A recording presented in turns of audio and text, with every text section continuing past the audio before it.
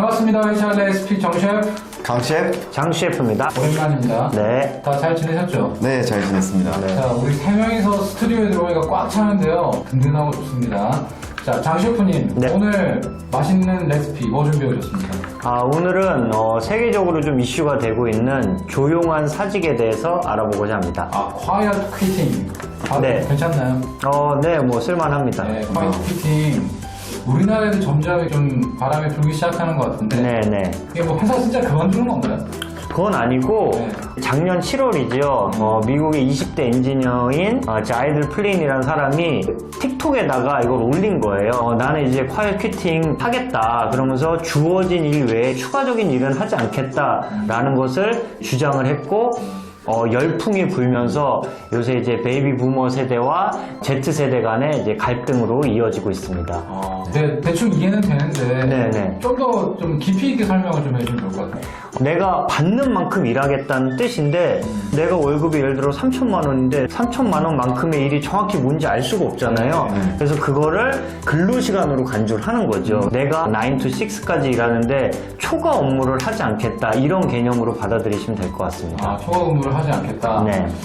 자, 이렇게 여러 가지로 또 해석이 될 수 있을 것 같은데. 네네. 깡쇼스님, 그 MG 세대로서 네. 원인이 뭐라고 생각합니까? 본인은 네. 알고 있겠죠? 저는 또 MG 세대이기 때문에 네, 뭐 원인이라고 하면 가장 큰 원인은 포괄임금이나 고정 OT 이런 제도들이 활용하다 보니까 일과 보상이 연계가 안 되는 그러한 현상 때문에 많은 사람들이 조용한 사직을 하고 있지 않나 싶고요. 네, 그리고 두 번째는 우리 세대들이 고학력화된 면이 많잖아요. 과거에 비해 뭐 대학 진학률도 굉장히 높고 하다 보니까 이 회사 자체에 대한 기대가 조금 떨어지는 것 같아요. 취업난 때문에 뭐 기대에 못 미치는 회사에 입사하거나 나는 더 좋은 일을 할 수 있는 사람인데 이렇게 일을 하다 보니까 좀 조용한 사직을 하게 되는 것 같습니다. 용사님의 그 독백처럼 들리네요. 언제부터 조용한 사직 시작했어요? 저는 시끄러운 재직을 하고 있습니다. 네, 좋습니다.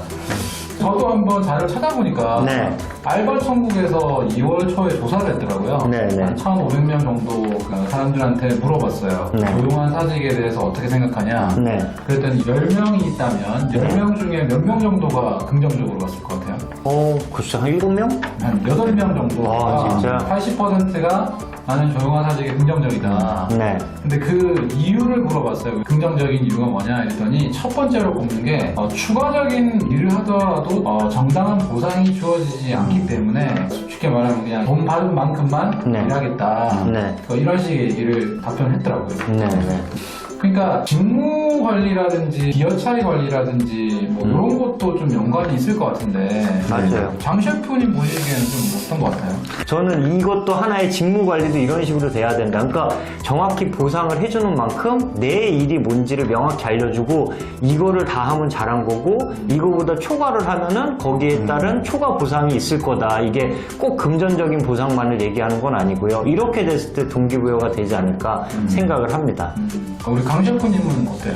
네, 저도 그 장 셰프님이 말씀하신 거에 굉장히 동의를 하는 반대 예측 가능성이 조금 있어야 더 하게 되는 것 같거든요. 저희가 아무리 열심히 해도 열심히 한 거에 대한 보상이 가늠이 안 가니까 의지를 잃어가는 게 아닌가 하는 생각입니다. 결국 이제 일에 대한 차이 관리라든지 기여에 대한 차이 관리가 좀 정확하게 되지 않는 것이 영향을 많이 주는 것 같아요.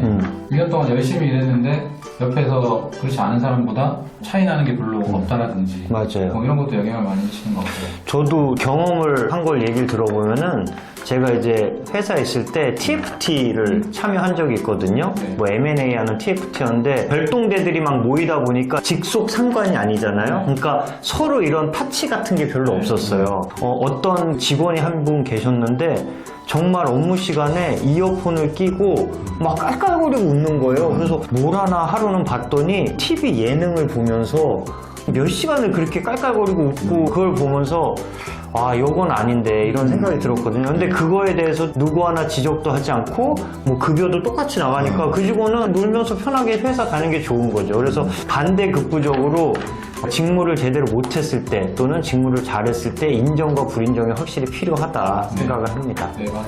그럼 이제 인사제도의 공정성도 중요하고 네. 조직에 대한 소속감 네. 이런 것도 좀 중요한 것 같은데 네. 소속감이 이제 조직 관점에서 내가 회사의 뭐 애착이라고도 표현을 해볼게요. 네. 전혀 없는데 조용한 사직을 고민하게 되지 않을까요? 조직에 대한 애착을 갖는 거는 일단은 단기적인 관점의 예측 가능성이 필요하고요. 그거는 즉각적인 금전 보상과 성과에 대한 이제 인정이 필요하겠고, 장기적인 예측 가능성도 필요해 보이는데, 그거는 어떻게 보면 승진을 해서 부장이 되고 임원이 되고 하는 건데, 진짜 내가 지금 3년 동안 일을 열심히 하면 내가 승진이 될까? 그 연계성이 너무 약해요. 맞습니다. 네? 승진이 안 될 것 같다 라는 그 고정관념이 되게 많거든요. 네. 이런 거부터 좀 깨지는 게 필요하지 않을까 싶습니다. 또 제가 그 인터뷰를 하나 봤는데 조용한 사직을 한 이유를 물어보니까 어차피 그 일을 하고 그 일을 내가 맡아서 올라가게 되더라도 팔이 목숨이다 이렇게 말씀을 하시더라고요. 그래서 그러한 조직 구조 측면에서도 좀 변화가 필요하다고 생각을 합니다. 네, 조직에 대한 애착을 가지는 것도 중요한 것 같고 네. 또 일의 의미를 찾아주는 것도 중요하지 않을까요? 맞죠. 네. 그 조용한 해고 이야기도 있던데 네, 혹시 네. 그거는 어떤 건지 설명해 그거는 주시죠. 이제 뭐 우리나라 사례는 아니고 미국이나 영국이나 이런 데서 딱 주어진 만큼 받는 만큼만 일하겠다? 오케이. 그러면은 게으르거나 받는 만큼 일하지 않는 사람에 대해서는 조용한 해고, 그러니까 실제 해고는 아니지만 아예 업무에서 배제해버리겠다. 뭐 이런 대응도 나오더라고요. 근데 그거는 정말 바람직하지 않고 우리나라에서는 오히려 직장 내 괴롭힘이 될 수 있고 이런 문화가 확산되면 갈등만 증폭되는 그런 상황이 되지 않을까 싶습니다. 자, 오늘 몇 가지 조용한 사직과 관련해서 얘기를 조금 나눠봤는데 강 셰프님, 네. 오늘 그 조용한 사직과 관련해서 회사 입장이든 직원 입장이든 네. 더 건강하게 해결할 수 있는 해결책 뭐가 있을까요? 지금까지 쭉 말씀드린 것처럼 일단은 직무를 명확히 하는 게 제일 중요하고요. 해당 직무를 잘 해냈을 때 그거에 대해서 뭐 금전 보상을 비롯한 인정 같은 비금전 보상을 제대로 주는 거,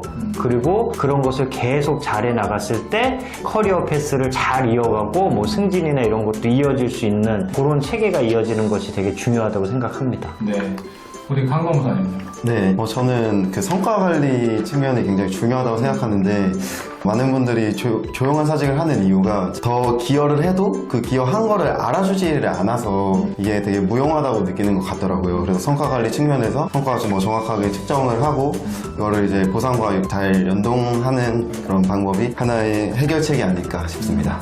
자, 오늘 그 조용한 사직에 대해서 짧게 얘기를 나눠봤습니다. 다음에 또 좋은 영상으로 찾아뵙도록 하겠습니다. 오늘 영상이 마음에 드셨다면 구독과 좋아요, 알림 설정 꼭 부탁드리겠습니다. 그럼 다음에 뵙겠습니다. 감사합니다. 감사합니다. 감사합니다.